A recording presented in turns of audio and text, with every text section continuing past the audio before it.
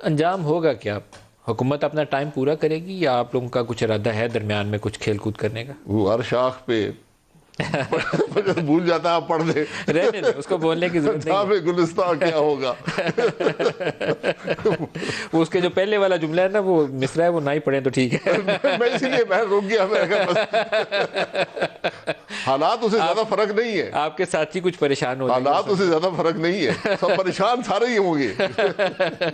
جہاں پر جو ملک کے حالات ہیں سب پریشان ہوں گے. تو سر مدت پوری کرنے دیں. آپ کے خیال میں حکومت ناکام ہو رہی ہے، ووٹ آؤٹ؟ ایک حکومت مدت نہیں پوری کرنا چاہتی. حکومت کام کرے گی تو مدت پوری کرے گی نا. یہ کوئی لاٹری تو نہیں ہے کہ آپ کی لاٹری نکل آئی ہے تو آپ بیٹھے رہیں گے 5 سال. ملک آپ نے تباہ کر دی ہے. کون سی چیز ہے جس میں کوئی مثبت اثر پاکستان میں ہوا ہے؟ مجھے وہ بتا دیں، ایک چیز بتا دیں.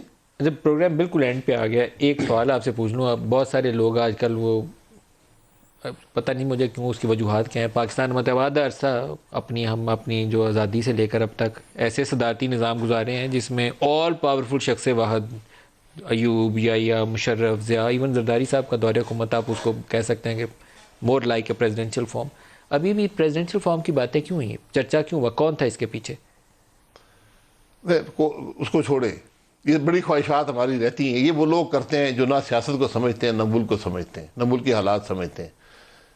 آپ پاکستان میں کوئی شخص ہے آج جو ایک شخص اس ملک کو چلا لے؟ مجھے اس کا نام بتا دیں.